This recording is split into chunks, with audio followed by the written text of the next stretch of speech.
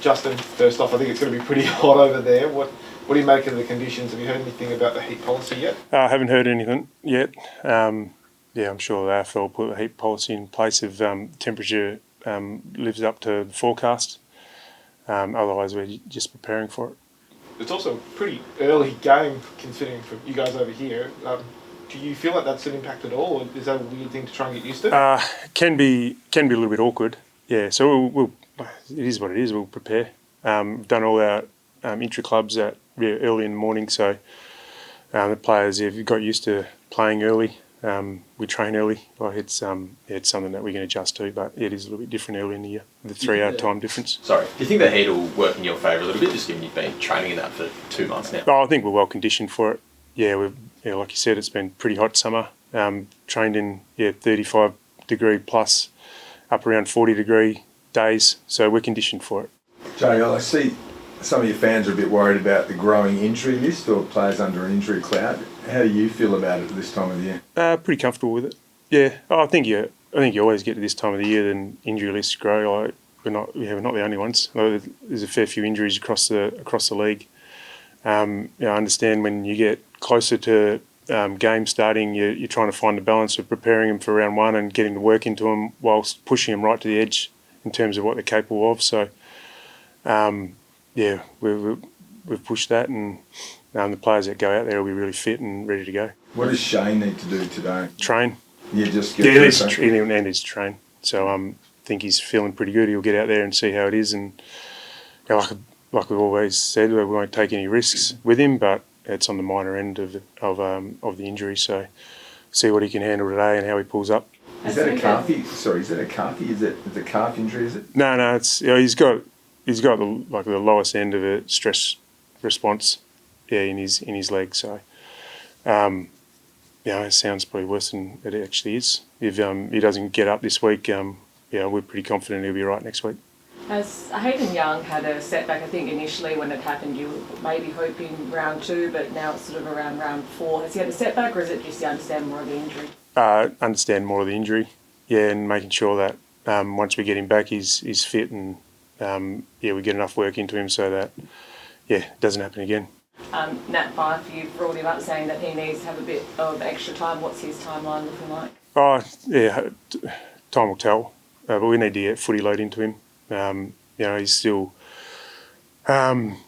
he's still not up to full training and backing up training sessions. So there's a bit of work to do there, but we'll just take our time with him and make sure we get him right before we throw him out there. And we haven't really settled on a time frame, so to speak. His body will dictate that, and his own confidence in his game will dictate that. Will you play against Perth on Saturday?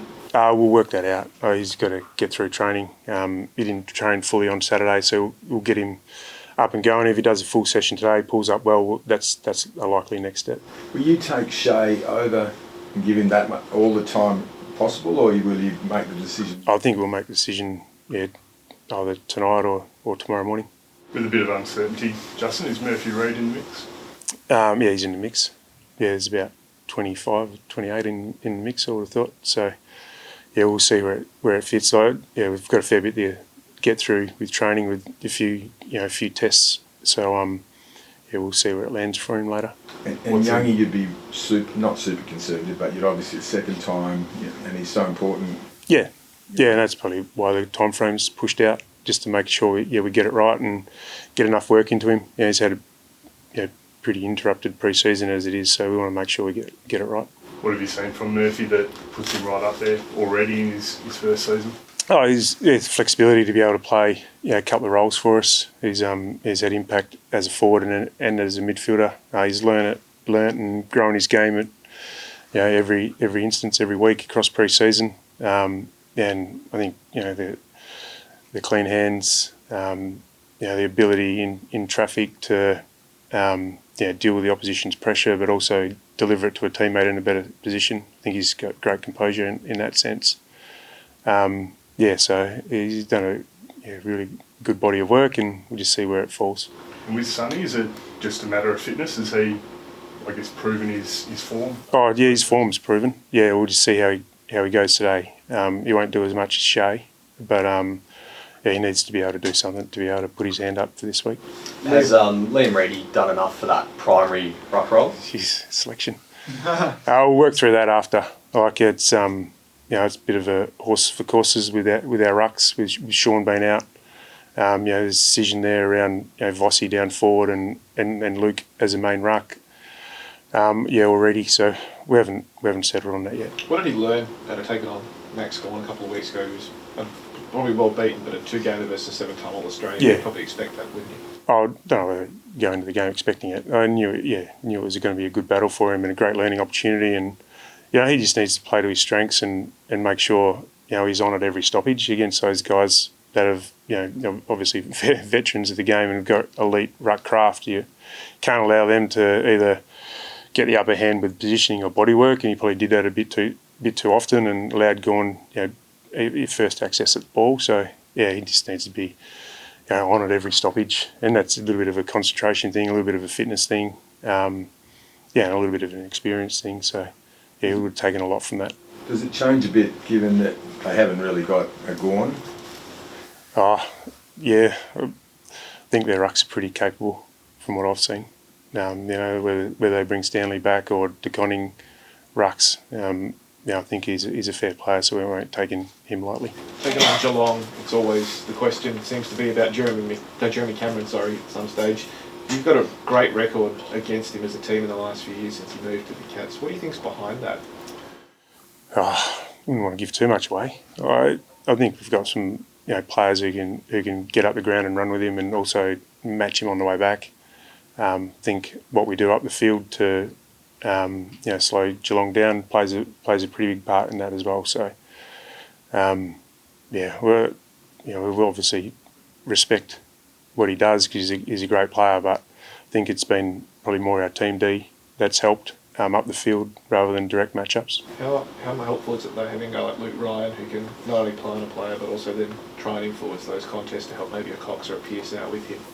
It's a system they play down there, and hopefully we don't just rely on Luke to be able to do that. So we need to make sure that we defend as a back six, much the same as what they do. They're probably the best at it in the comp in terms of opportunity for looking after your own man, but also helping, especially on those long balls in. So we're trying to do that with all our players, not just Luke. Opening round, love it or loathe it, and would you have rather taken a look at Geelong, or are you happy going in just on no games? It is what it is. Unfortunate circumstance up in Brisbane. I'm probably rather start with an even playing field. Everyone starts in the same round. I think maybe the benefit we get out of it doesn't outweigh the negatives. So that's my call, but not sure anyone's listening to that. It's a bit of a defensive battle, obviously, always between you and Geelong, but you've got a good record down there in recent times. So the boys, they don't seem to fear going down there. Where's that come from? Is it just from performance, or? I think it's talked about so much. Some of the factors of going to Geelong, the length of the travel, the size of the ground, and the crowd, and this and that. Like you get caught up in those things, and those things don't actually help you win a game of footy. So we tried to make sure we're focused on the right thing. Embrace the trip. Embrace the crowd. Embrace the size of the ground and get out there and play footy. And I think we've been able to value the right things when we've gone down there the last couple of times, and it's got the job done. And did you mention Vossi before? Is he in the contention? Is he? Yeah. We always like to play 4 tools, including the ruck and three keys. So he'll come into that mix. We decided to play Jacko and the ruck a little bit more. If you do that, does that mean Tracy would be the backup? How does that look? Because he's been so potent as a forward. Yeah, not sure yet. I'll have to work that out later. You've been part of some pretty successful teams through your career as a coach and a player. When you look at the list you've got, the team you've got, there's a lot of excitement. Do you feel like this is a premiership list? I don't really look at lists like that. I think we've got really good depth. I think a lot of our players are getting to the age now where they're able to handle more. They feel really comfortable at the level. Week in, week out, I just try and pick the best team of the list we've got and set them up to succeed. And on the weekend, and we get that right often enough, the rest will look after itself. But using that experience, do you then try and embrace the hype? Well, the hype's there, right?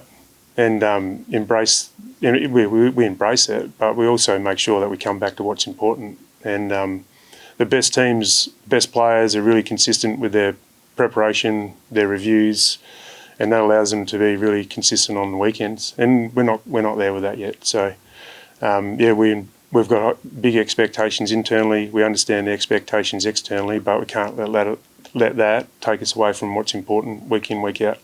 Is there a little bit of unknown about the Cats midfielders, given obviously Bailey Smith hasn't played for them and Mitch Nevitt's probably a relatively fresh face in there as well? Yeah, I seem to be getting a few more numbers through there, as are we. So, a little bit of the unknown. Yep, absolutely. JL, last year it looked like injuries at the end and then maybe a couple of errors, bad errors, probably 4 that cost you a place in the finals. You feel like they've learnt, that's part of the process, they've learnt now, especially that Bombers one, that sort of thing that makes them a stronger, better team this year? Yeah, absolutely, I hope so. Yeah, and where you see that, like in totality in round one, like round one's a bit different in terms of the fatigue levels and how the game opens up, but yeah, I hope as the season unfolds you see a more mature team in those moments when the game's on the line. I believe you've trained a lot more of those situations. Yeah, we have. We've tried to put our players in those situations. We're not going to be the finished product, but we look to build upon that as the year evolves. What about if you as a coach? Do you get really excited by round one? Do you get nervous every year? How does that sort of... There's always a little bit of the unknown. So, you always get a little bit nervous, but I think that's because we care so much. And, the players will get nervous. They'll want to, live up to their own expectations. So we just got to embrace the nerves. The nerves means that it's important to us. So embrace that and just keep coming back to, what we need to do.